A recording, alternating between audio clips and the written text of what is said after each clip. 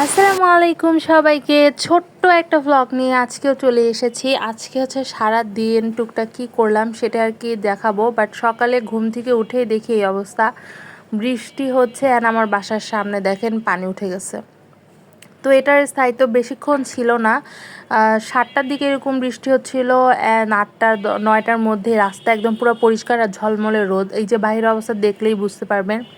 মিঠিয়ে যে বারান্দায় এসে খেলাধুলা করছিল আর আমি ওকে পাহারা দিচ্ছিলাম, কারণ মাঝে মাঝে আবার ধারে চলে যায়, এখন ওইটার জন্য পাহারা দিতে হয়। তারপর আমার একটু কাজ ছিল হসপিটালে, বাট আমি যেহেতু সকালে ব্রেকফাস্টটা করে যাই নাই, তো সবার আগে কাজ করার আগে আমি আমার জন্য খাবার কিনে নিয়ে এসেছি।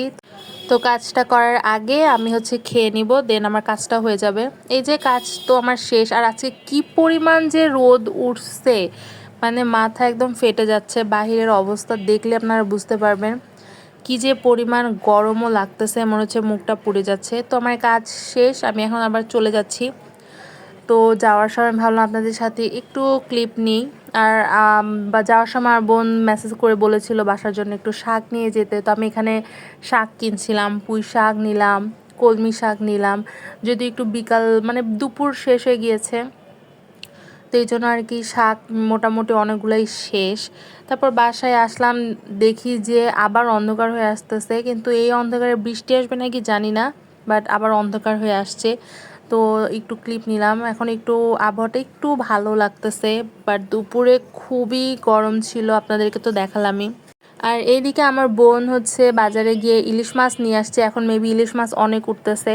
তো আমার আম্মু ফোন দিয়ে বলছিল যে আমার আম্মুর জন্য যেন ইলিশ মাছ নিয়ে আসে, তো একসাথে এই যে অনেকগুলো নিয়ে আসছে।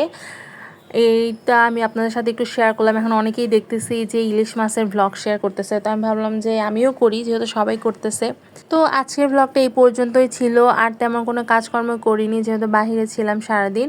তো আশা করছি আপনাদের ভ্লগটা ভালো লাগবে। ভালো লাগলে অবশ্যই আমার চ্যানেলটা সাবস্ক্রাইব করে দিবেন, আমার ফেসবুক পেজটা ফলো করে দিবেন। ভালো থাকবেন সবাই, আল্লাহ হাফেজ।